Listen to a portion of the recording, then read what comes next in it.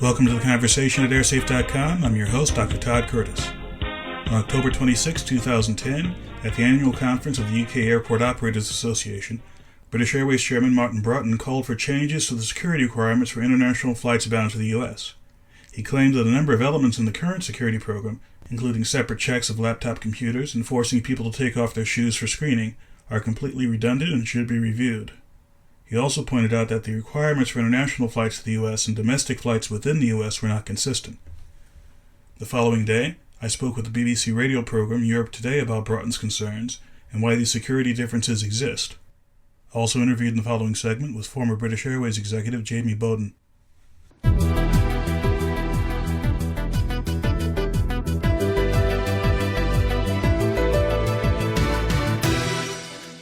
Well, we're joined now by airline security expert Jamie Bowden. He's worked for BA for more than 20 years in the past, including heading BA operations at Heathrow's Terminal 1 and 4. And Jamie, what do you make of Mr. Broughton's comments today? Well, I think Martin Broughton and then other members of the UK industry basically articulated a growing frustration that there doesn't seem to be either a cohesive or a consistent policy in airport security around the world. If we look at UK, for instance, UK airports have regulations imposed on them by the UK government, by the EU from Brussels, and also by the US authorities as well. And of course, this now leads to inconsistencies across most of the world's major airports. And of course, most people now, although they fly point to point, there are many people now who fly on three-sector journeys. So they could come from one airport into Britain, onto New York, and then onto a US domestic flight, where of course they will have 3 or 4 completely different policies. I take your point, but that wasn't exactly what Martin Broughton was saying. He was making the point that these strict rules are coming from the Americans themselves, and that they are asking other people to make these checks that they're not following through on their own domestic flights. Well, the US restrictions and the UK or European restrictions are pretty common in most areas.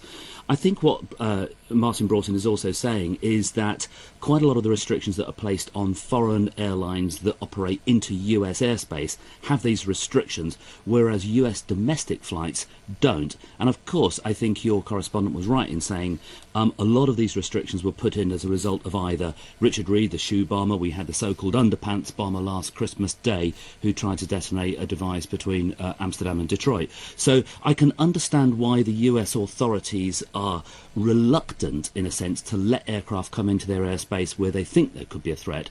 But I think if the US authorities, the European authorities, people like IATA got together so that there is a consistent policy, I think at least then there will be less passenger frustration. Let's get an American perspective on this then. Todd Curtis is on the line. He's an aviation and security expert based in Seattle. How are these comments being seen in America, Todd?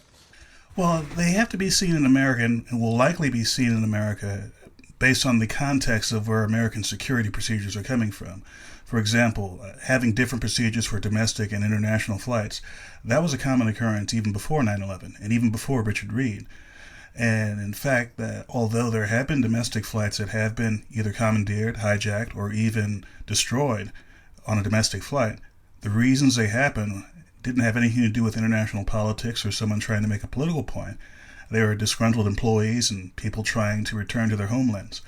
And so the threat for domestic flights has historically been different from the threats to international flights. And the security procedures reflect that.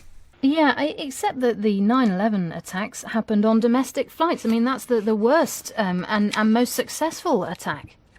Well, certainly the 9/11 stands alone with respect to the history of terrorism and hijackings in the U.S. And the procedures that came about because of 9/11 are due, in fact, to that unique difference that that whole set of circumstances had. But in general, over the long term, the threat that they're looking at for a domestic flight is different from international flights, or rather, more precisely, the threat from groups outside of the U.S.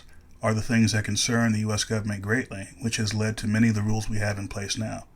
And many of those rules are there to protect domestic flights as well. For example, the no-fly list, trying to see if someone is a suspect, even if they're overseas, a suspect of being a terrorist, they would be kept off of flights, domestic or international, here in the U.S.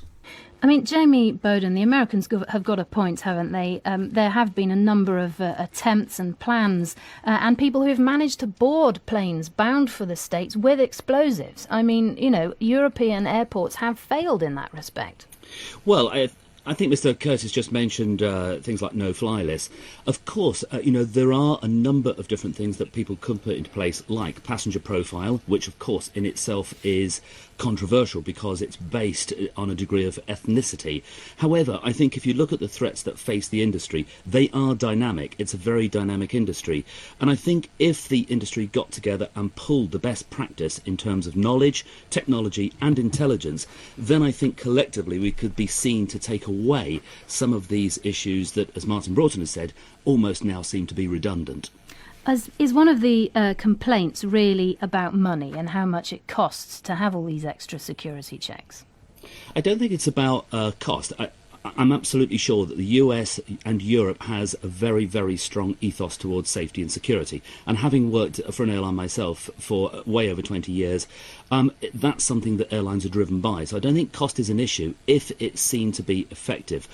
But because of this inconsistency that there is around the world, there is a lot of passengers who are inconvenienced, and a lot of people now in the industry, like Martin Broughton and Barak, have today come out and said, we need this to be reviewed. And in fact, the British Transport Minister, Philip Hammond, today has also effectively agreed that it needs a rethink and it needs new regulation and new ideas. Todd Curtis, one of the perceived issues is that the restrictions only come in after a threat is made. When the shoe bomber happened, everybody has to start taking their shoes off. Are these things that should be preempted? Should people be looking at it more carefully, the security checks, before these threats happen? Well, I've seen this policy prejudice toward taking care of the past event, even before 9/11, even with things that have nothing to do with security. That is, in the regular safety side of aviation. Often when the major accident happens, there are a lot of rules and changes put into effect that will prevent that previous one from happening ever again. And I see that happening with security as well.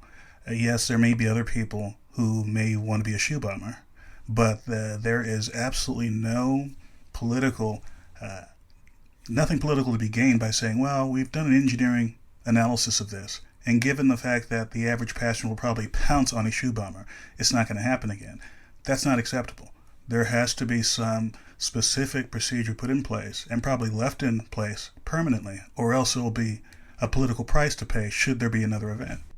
OK, Todd Curtis on the line from Seattle, and Jamie Bowden, thank you both for joining us. You're listening to Europe Today from the BBC. For more information on current baggage and security restrictions, please visit tsa.airsafe.org. That's tsa.airsafe.org. Thanks for listening, and we'll see you next time.